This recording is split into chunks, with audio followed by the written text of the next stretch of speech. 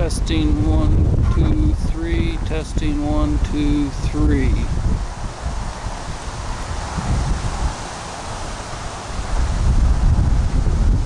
My name's Robert Lohman. It's Lohman. I live just south of Manton, north of Cadillac, about a half-mile north of the Wexford County dump that transformed into a landfill back in, and they started it in 1972. In the very early 1990s, I applied for a well permit to make this vacant property habitable, and the Department of Health granted me a well permit and also a septic. They came up here, they did a perk test. They says, oh, you live in a sandbox. Well, I don't know why we even come up here and test it. And now you have a permit to have a licensed well driller put in a private drinking water well. Back in 1992. This is the water well pump. This used to be 260 odd feet down in the bottom of there. Now it's not allowed no more. This is the downpipe. Now that's not allowed. Then the county come on in, polluted that, and says they're not allowed to have them no more. We're going to come up here and we're going to take this 2-inch and 2-inch lead, and we're going to run potable water to your house. But we're going to run it right to the wellhead. Then we're going to take this stuff and return it to you. $7,000 investment back in 1992 is not worth scrap. That used to be right here. Well, the Wexford County taxpayers paid about $20 million to date to do a remedial actions plan, which the Michigan Department of Environmental Quality mandated must be done to protect the public health, welfare, and safety. You got toxins in your water, you're not allowed to have it. We're going to kick you out of this place unless you have potable water to your home. Also, they run this 2-inch lead right where the well driller put this hydrant. This hydrant is called a stop waste valve. On the bottom, there used to be down there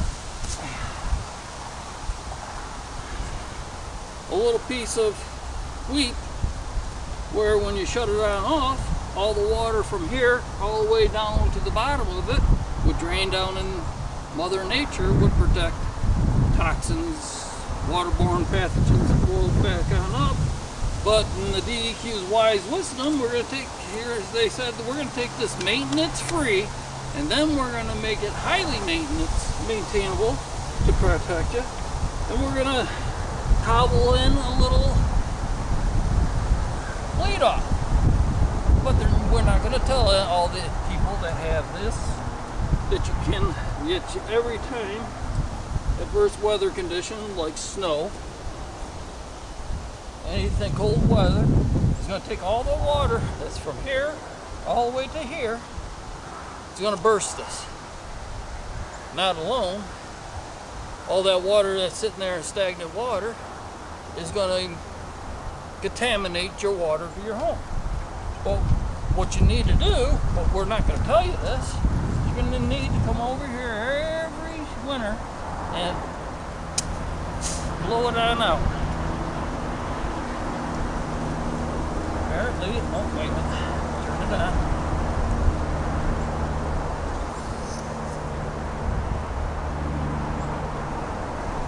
There it goes. All this water that's sitting in there, you need to do this every year.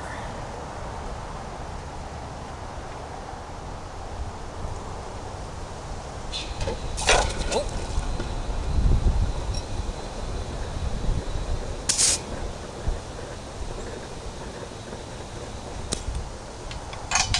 See, all this water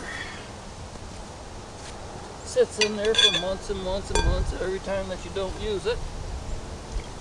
And it looks like this. Hopefully you can see this okay. Look at all the water and everything like that. Here, have a drink of water. See all sorts of rust particles and everything like this. All these hydrants are clearly marked with a sticker right here saying not for drinking water use. I'll get into that later, but this is what the water looks like all the time. Now I'm going to put this one off to the side. I'll show you what it looks like when you turn it on.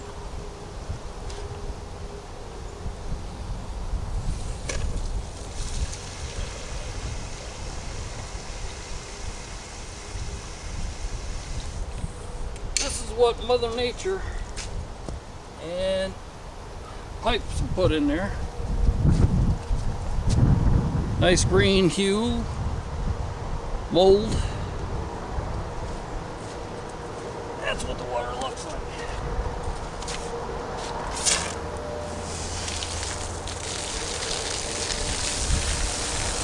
Now, since I used it, I always do this. At least flush it on out. Let it run for a while.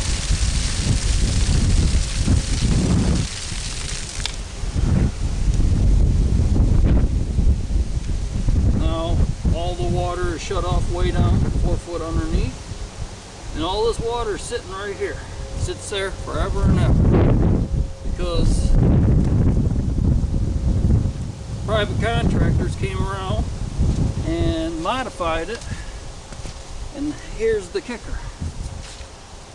Instead of using soft copper, which I got buried and all the way down there as far as low as possible to cover it up, private contractors took that millions of dollars that the state loaned the polluters, Wexford County, Department of Public Works, and Wexford County, the ones that polluted my property, by their dump, taking illegal toxins for 40 years, and not applying for the proper permits. Here's my problem.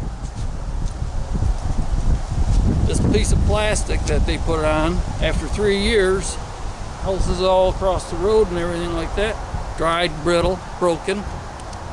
Any kind of animal or whatever can urinate into it, shit into it, whatever. Botulum, E. coli, anything can get right on down and sit in there and sit on there, and nobody else goes around because they haven't taught and told that this does not and shall not, should be used.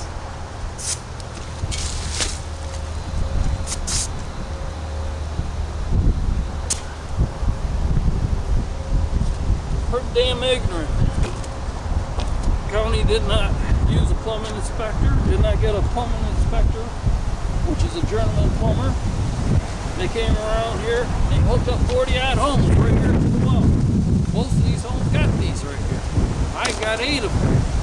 I used to be able to drain them on down by isolating. All my plumbing is running to that white shed.